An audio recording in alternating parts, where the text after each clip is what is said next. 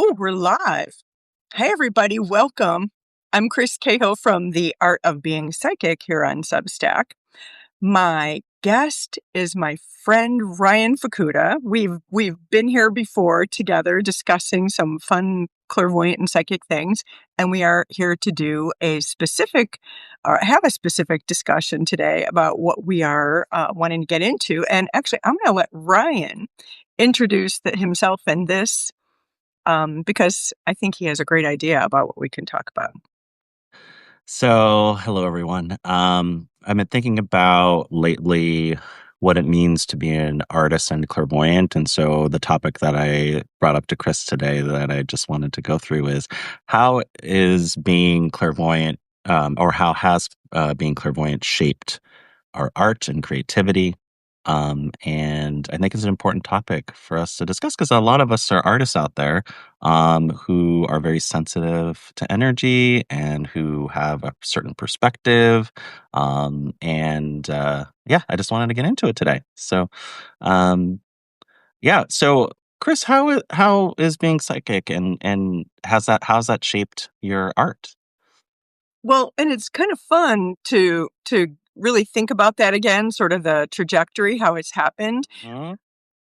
I have been an artist my whole life. I went to art school. I graduated from, an art college. I was on a path to do this. I had always been creating things, but there were some aspects of being an artist and a creative that shifted when I actually went and got my psychic training, my clairvoyant training, and started learning how to heal myself and how to see energy. I think that first of all, and I know we have discussed this before, clairvoyance is an art form, like learning how to work with energy is an art form. And I didn't know that and I didn't think about that when I went to go study. I was making art, I was making paintings, I was doing fashion, costumes, but I always had this kind of energy of do I have permission to do this? Like, is it okay that I'm doing all these things? Is it okay to be validated about it? Because sometimes I'd just be a little bit squirrely or invalidated about what I was doing. And I really wanted to make abstract paintings, and I didn't think I had the right to do it for some odd, weird reason. And clairvoyant training, I remember realizing about halfway through when I was going through classes and stuff, that, oh, my attitude about how I'm making art is changing. It was just a thing. It was just suddenly it was starting to get a little bit lighter or easier, or I was becoming conscious actually of the fact that there had been energy to start with. I always just thought it was because I was a bad artist. I mean, yeah, but so it's really fun to look at it because now I can see it all, much, these years later, how it ties together. But I see this with so many people. Like you were saying, I mean, many of the people we talk to, many of the people we know are creatives, are artists, whether they call themselves that or not. Mhm. I could say a lot more on this, but I don't want to take over. Oh my God, Um, no, no worries. Yeah, no. Yeah, for me, like growing up, I knew I always was drawn to art and creating. And even um, before my psychic training, I definitely was drawn to like video and film and all that. And yeah, just we talk about energy as pictures when we teach, and film is moving pictures, right? And I think I've always just been fascinated by that concept of that. And there's energy when it comes to film and making film, and there's having a perspective and having that perspective come to life. So yeah, I've always been drawn to film, but as an artist, I think it's really important to really, like you kind of brought up permission. It's like giving yourself permission as somebody who has a perspective or who is clairvoyant, and and I was also talking about before with you too about choice and how making choices as an artist, it's like being able to see that really clearly. And that's really what clairvoyance is seeing clearly, right? and there's so many different ways you can create something. And so you have your own sort of vantage point or perspective in how you want to make your art and then bring that to life, right? So that's kind of like what I've been thinking about lately about being psychic and being a creative. Um, yeah, I kind of want to bring it back to this idea again of like permission and as an artist. And I know that like um, as somebody who is a practicing artist over there, I know that you like have different ways in which you make sure you practice and like you're always creating um and I think a part of being an artist and clairvoyant is practice, having a practice. And so yeah, is there anything you want to talk about around that? Well, definitely. I mean, first of all, there's like the whole concept of or the practice of making just showing up to do something. Whether we show up in journal, people like morning pages, which I think is a great tool and a way to work, or just showing up to make things, just to play.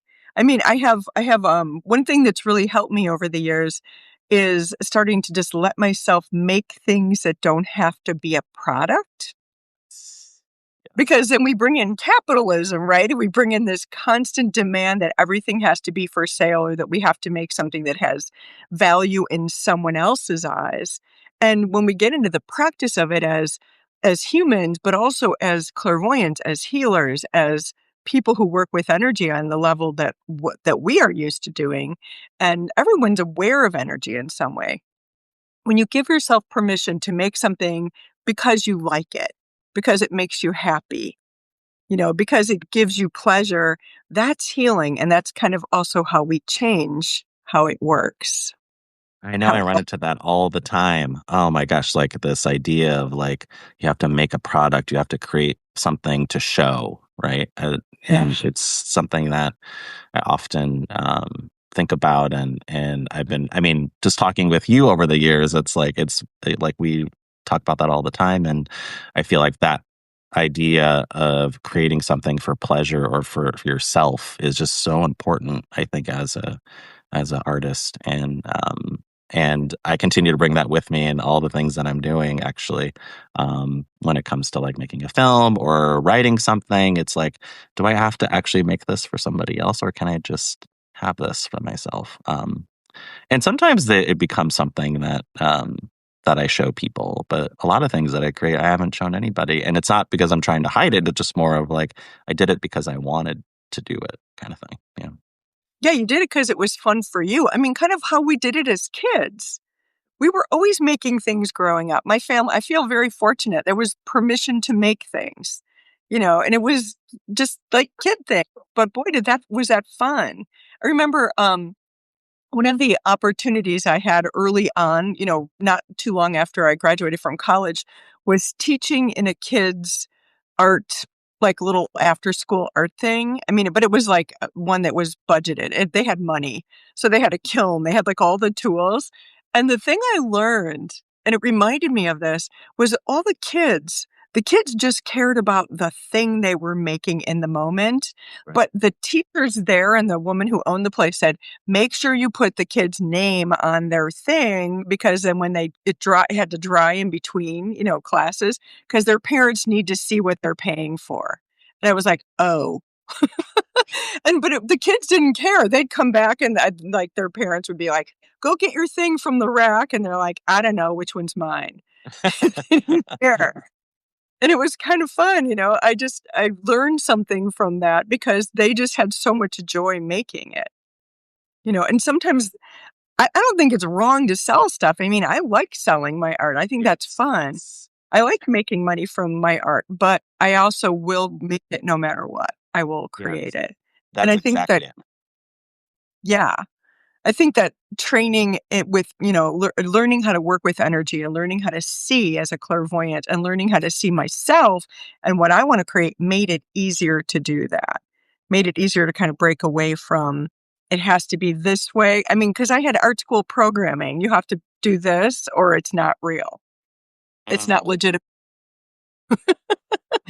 I know it, right? Legitimate art. Who decided what that is? Yeah. Oh my gosh. And Yeah. look at what you I did a few years ago. We started teaching things that now we're going forward in different ways, but you and I started teaching those workshops where people could come in and it was a clairvoyant and meditation workshop, and then they would Yeah. write. And now I do that with people making art, and you've done it with other forms of writing and other things too. And we're gonna continue doing that, but it's just such a beautiful combination from bringing together the clairvoyant tools, the meditation and healing tools, and art making in the same session. It works so well. Right.